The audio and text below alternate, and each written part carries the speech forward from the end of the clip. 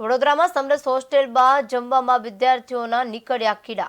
વિદ્યાર્થીઓ જમી રહ્યા હતા તે જ સમયે નીકળ્યો કીડો। સમાની સમરસ હોસ્ટેલની આ ઘટના છે। કીડો નીકળતા જ વિદ્યાર્થી ગભરાઈ ગયા। વિદ્યાર્થીઓએ જમવાનો બહિષ્કાર કર્યો। વિદ્યાર્થીઓ વિરોધ પ્રદર્શન કર્યું। વારંવાર સમરસ હોસ્ટેલમાં ખોરાકમાં નીકળે છે જીવજંતુઓ। તંત્ર દ્વારા લેવાતા નથી કોઈ પણ જાતના પગલાં। ત્યારે આ વખતે વિદ્યાર્થીઓ દ્વારા વિરોધ નોંધવામાં આવી રહ્યો છે। સૂત્રોચ્ચાર કરી રહ્યા છે। जो बात करवा 400 થી 500 સ્ટુડન્ટનું અહીંયા આપણું એડમિશન હોય છે, પણ વાત જો કરવામાં તો મેરિટ બેઝ એડમિશન તો થાય જ છે બધાનું। કોઈ સ્ટુડન્ટ અહીંયા એવી રીતે ગેરકાયદેસર પણ આવતું નથી।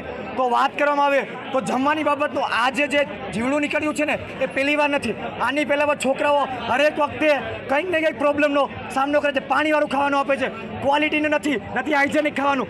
ઉપર જતાં વાત કરવામાં આવે ને તો 1 મહિનાથી વધારે સમય થઈ ગયો તો છોકરાઓને પાણી નથી આવતું ટાઈમે। છોકરાઓ નાઈ નહીં જાય, છોકરાને ભણવું કોલેજે ટાઈમ પર જઈ નહીં શકતા।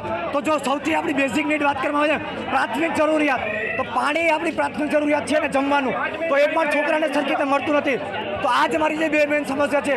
જ્યાં સુધી અમારા સર અહીંયા નહીં આવે મેનેજમેન્ટ, ત્યાં સુધી એક પણ સ્ટુડન્ટ અહીંયાથી હલશે નહીં। આજના બનાવની વાત કરવામાં આવે તો આજે જ્યારે વિદ્યાર્થી જમવા બેઠો હતો, જેવું જેણે ખાવાનું સ્ટાર્ટ કર્યું તો એણે જોયું કે તેમાં 2 જીવડાઓ છે। સર સૌપ્રથમ જો વાત કરવામાં આવે તો 400 થી 500 સ્ટુડન્ટનું અહીંયા આપણું એડમિશન હોય છે।